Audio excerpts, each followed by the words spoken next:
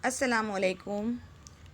Welcome to Anglo Urdu High School English Medium, Class 10, Subject Science, and Chapter number 15, Our Environment. Students, in our last video, I have explained this chapter till here. Okay, activity 15.1 till here. Okay, and today we will start from here.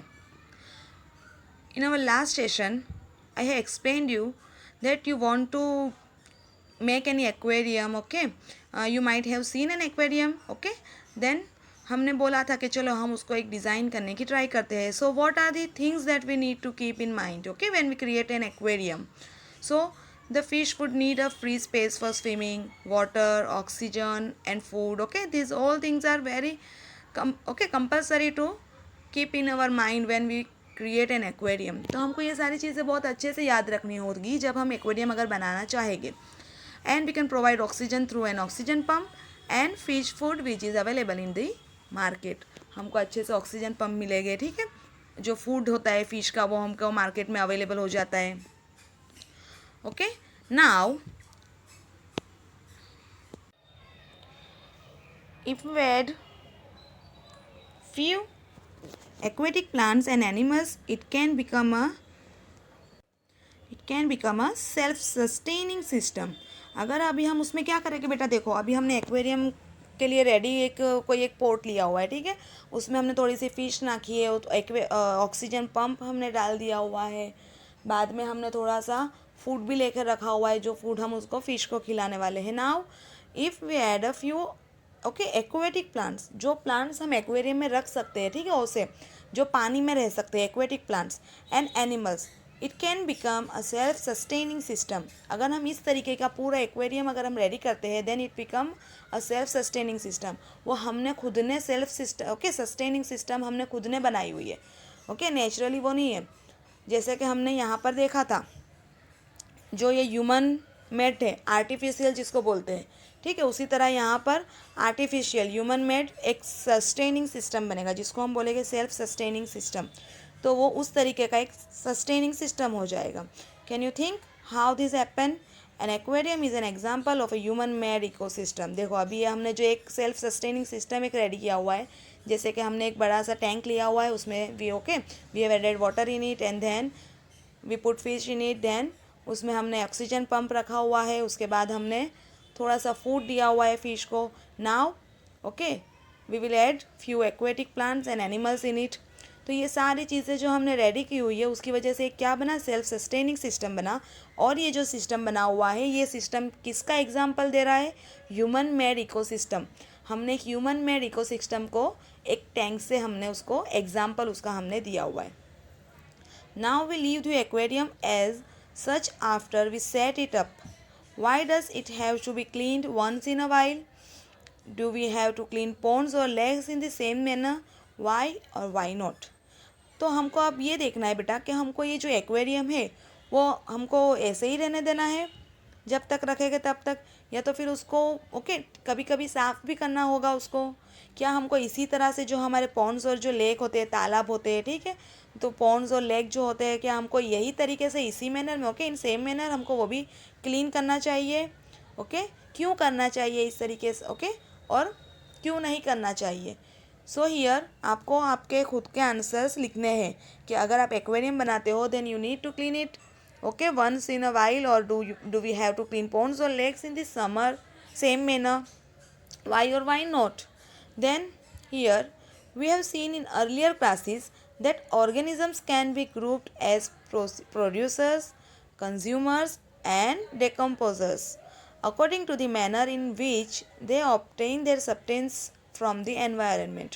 बेटा आपने earlier भी ये कुछ चीज़ें देखी है, earlier classes में भी हम सीख चुके हैं कि ऑर्गेनिज्म जो है, ठीक है, उसका एक ग्रुप बनता है. वो ऑर्गेनिज्म का जो ग्रुप है उसमें कौन सी तीन चीज़ें होती है, कौन से तीन लोग होते हैं? That is first thing is producers, okay, जो फूड प्रोड्यूस करते हैं. खुद मैं आपको डिटेल में भी समझाती हूँ. Now first producers, then consumers and then डेकम्पोजर्स.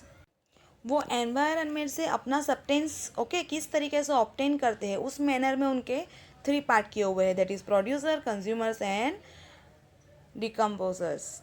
Okay, let us recall what we have learned through the self-sustaining ecosystem created by us above. अभी हमने जो एक्वेरियम के एग्जाम्पल थ्रू जो हमने ecosystem okay self sustaining ecosystem जो create की हुई है उसमें हमने वही देखा है। तो देखो आप अभी, which organism can make organic compounds like sugar and starch from inorganic substances using the radiant energy of the sun in the presence of chlorophyll. देखो यहाँ पर अभी हमको बोला गया हुआ है कि कुछ ऑर्गेनिजम्स ऐसे होते हैं, ठीक है, जो ऑर्गेनिक कंपाउंड्स बनाते हैं जैसे कि शुगर, स्टार्च, ओके, और वो बनाते हैं किसकी किसकी प्रेजेंस में बनाते हैं, वो energy of the sun, okay, in the presence of energy of the suns, और क्लोरोफिल की प्रेजेंस में वो ये चीज़ रेडी करते हैं। All green plants and certain bacteria which can produce food by photosynthesis come under this category and are called the producers. जितने भी बेटा ग्रीन प्लांट्स है ओके जितने भी बैक्टीरियाज है वो क्या करते हैं, वो विच can produce food by photosynthesis, वो अपना खुद का फूड खुद ही प्रोड्यूस करते हैं ओके जो हम जिसको सूरज की जो गर्मी बोलते हैं, ठीक है, सन की जो हमारे को उसकी जो हमको रेज रहती है, सन रेज में खुद का वो खाना रेडी करते हैं। और इसीलिए वो कौन सी कैटेगरी में आते हैं, प्रोड्यूसर्स की कैटेगरी में आते हैं। वो किसी और पे डिपेंड नहीं होते, वो इंडिपेंडेंट होते हैं, खुद ही खुद का खाना रेडी करते हैं और दूसरों के लिए भी वो रेडी होते हैं खाना खाना बन के ओके। जैसे कि अगर आप कोई एक प्लांट है छोटा सा, तो वो खुद का खाना खुद ही बना रहा है okay by photosynthesis okay system, उसके अंदर खुद ही खाना बनाएगा। देन वो जो खुद का खाना बनाकर खुद तो ग्रो हो ही रहा है, लेकिन कभी कोई एनिमल है जो ग्रीन ग्रास खा रहा है तो वो आके उसको खा लेगा, ठीक है, वो प्रोड्यूसर को ही खा जाएगा। तो वो प्रोड्यूसर क्या हुआ, खुद के लिए तो खाना बना ही रहा है लेकिन दूसरों के लिए भी वो खाना रेडी कर रहा है okay. Organisms depend on the producers either directly और indirectly for their sustenance. Now organisms जो होते हैं वो क्या होता है, डिपेंड होते हैं प्रोड्यूसर्स पे, बिकॉज प्रोड्यूसर्स जो है वो खाना खुद ही रेडी करते हैं, डायरेक्टली उस पर डिपेंड होते हैं या तो फिर इनडायरेक्टली उस पर डिपेंड होते हैं okay for their sustenance. These organisms which consume the food produced either directly from producers or indirectly by feeding on other consumers are the consumers. Consumers can be classed variously as herbivores. देखो बेटा अब यहाँ पर हमको consumers के यहाँ पर हमको टाइप्स दिए हुए हैं कि कंज्यूमर्स जो है, जो प्रोड्यूसर्स है वो तो खुद खाना बनाते हैं और दूसरों के लिए भी खाना रेडी हो रहा है, ठीक है, as a producers. Now consumers कौन होते हैं, तो कंज्यूमर्स वो है जो रेडी जो खाना होता है ना बेटा दूसरों पे डिपेंड करते हैं, डायरेक्टली और इनडायरेक्टली दूसरों पे डिपेंड करते हैं, खुद वो अपना खाना रेडी नहीं कर सकते ओके, दूसरों पे डिपेंड करते हैं और दूसरी चीज़ों को वो खा लेते हैं, रेडी चीज़ों को वो खा लेते हैं। लाइक अब देखो कंज्यूमर्स में कौन से टाइप्स होते हैं, consumers can be classed variously okay as herbivores, carnivores, omnivores and parasites. 4 types are there okay, there are 4 types of consumer. First thing is herbivores, carnivores, omnivores and parasites. Herbivores कौन से होते हैं बेटा, जो only green grass खाते हैं, ठीक है, दैट इज हर्बीवर्स। कार्निवर्स वो दोनों चीज़ें खाते हैं, वो हर्बीवर्स को भी खाते हैं और ओमनिवर्स को भी खा लेते हैं, ठीक है। और ओमनिवर्स किस पे डिपेंड होते हैं, ओमनिवर्स हार्बीवर्स पे ही डिपेंड होते हैं, ठीक है, वो क्या करते हैं, सो ये जो ओमनिवर्स होते हैं, ठीक है, वो क्या करते हैं, वो जो हार्बीवर्स होते हैं उनको भी खाते हैं, या तो फिर जो प्रोड्यूसर्स है, ठीक है, या तो फिर जो ग्रीन ग्रास जिसको हम बोलते हैं ग्रीन ग्रास ओके वो प्रोड्यूसर में आएगी, तो प्रोड्यूसर को भी वो ग्रीन ग्रास को भी खाते हैं जो ओमनिवर्स है वो, और वो हार्बीवर्स को भी खाते हैं। और कार्निवर्स जो है वो हार्बीवर्स उनका फूड है और ओमनिवर्स भी उनका फूड है। And last thing is parasites. तो पैरासाइट्स ऐसे होते हैं लाइक उसमें होते हैं बैक्टीरिया ओके फंगल्स, वो सारे उसको बोलेंगे हम पैरासाइट्स। वो भी खुद का खाना खुद रेडी नहीं करते, वो दूसरों पे डिपेंड होते हैं, डिपेंडेंट होते हैं। Now can you give examples for each of this categories of consumers. जितने भी ये कंज्यूमर्स हमने देखे बेटा that is herbivores, carnivores, omnivores and parasites. तो आप क्या इसके एग्जांपल्स दे सकते हो and you have to write these examples in your notebook okay. ये 4 जो हमारे कंज्यूमर्स है okay types of consumer, there are 4 types of consumers. तो आपको ये 4 टाइप्स जो है कंज्यूमर्स की उसके example 2 examples okay you have to write down in your notebook. Imagine the situation where do you not clean the aquarium and some fish and plant have died. Guys just imagine कि अगर आप अपना aquarium जो है उसको आप clean नहीं करते हो और उसमें कोई फिश या जो कोई प्लांट है वो डाइट होके मर जाता है। Have you ever thought what happens when an organism dies? तो आपने क्या सोचा है? ऑर्गेनिज्म मतलब जो एक लिविंग बींग है, ओके ठीक है। ऑर्गेनिज्म अगर डाई हो जाए तो क्या होगा? Have you think? Okay, have you thought? Okay, what happen now? The micro organism comprising bacteria and fungal. देखो क्या होगा अब, माइक्रो ऑर्गेनिज्म जो है वो क्या हो गए वहाँ पर अब बैक्टीरिया और फंगस जो होते हैं, ठीक है, वो फंगी वहाँ पर होने लगेगी। कोई अगर आप ऐसे भी देखो, कोई फिश अगर कहीं मर जाती है, कोई प्लांट अगर, ठीक है, उसकी जो रूट है वो वहाँ से निकल जाता है तो उसके ऊपर बैक्टीरिया आने लगते हैं, फंगल वहाँ पर आने लगती है। तो ये क्या होता है कि हमने कभी सोचा है ऐसा कि फ़िश अगर एक्वेरियम में मर जाती है तो उसको तुरंत ही उसको निकाल के बाहर फेंक देने में आता है? अगर ऐसा करने में नहीं आए बेटा तो क्या हो जाएगा?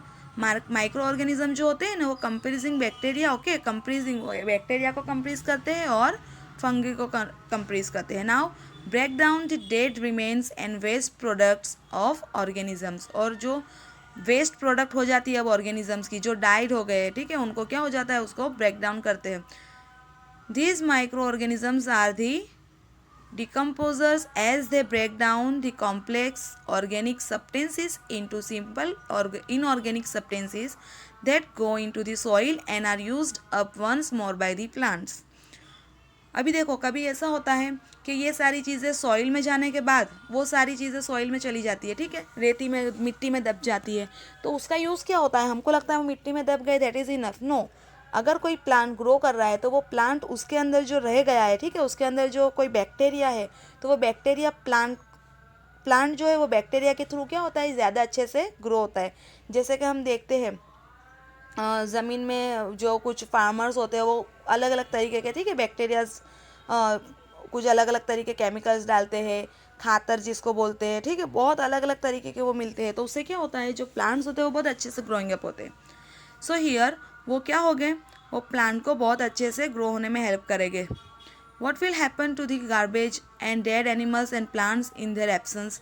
अगर फंगल और ये बैक्टीरिया ना हो, ठीक है, तो वो जो अपना गार्बेज है, जो डेड एनिमल्स है, जो डेड प्लांट्स है, तो वो कहाँ जाएगा? उनका क्या होगा?